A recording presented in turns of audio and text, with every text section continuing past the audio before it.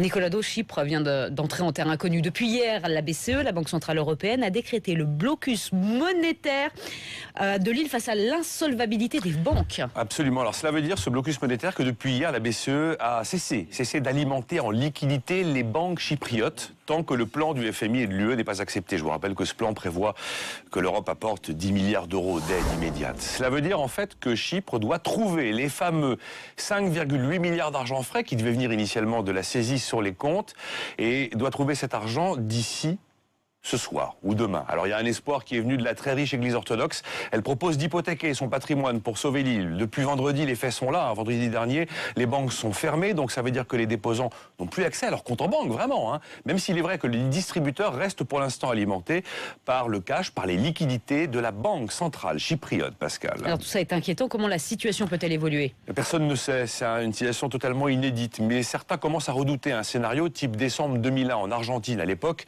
la réouverture des banques, après avoir été fermées plusieurs jours, avait provoqué réellement des émeutes en Argentine. D'autant que 4,5 milliards d'euros, tout de même, de liquidités, ont, semble-t-il, été expatriés de Chypre la semaine dernière. Mais avant l'annonce de la taxe, une sorte de délit d'initié, on accuse les politiques chypriotes d'avoir tout simplement voulu remettre leurs billes personnelles en sécurité avant l'annonce de ce chaos probable. Peut-on dire que Chypre, Nicolas, crée un précédent en zone euro? Oui, et c'est là où c'est tout à fait intéressant ce qui se passe. Et il y a plus d'un titre d'ailleurs. Jamais la BCE n'avait fait pression par asphyxie monétaire. C'est une première. Jamais un pays en crise ne s'était tourné ailleurs que vers Bruxelles. Or, hier, le ministre des Finances chypriote, il n'est pas allé négocier à Bruxelles. Il est allé négocier à Moscou. Jamais un pays n'avait dit non à l'Europe. Or, mardi, le Parlement de Chypre a dit non au FMI, non à l'Union européenne, non à l'Allemagne. Jamais la crise de la zone euro n'avait mis en risque les déposants. Et là, pour la première fois, il y a un vrai doute qui est né sur l'infaillibilité des comptes bancaires.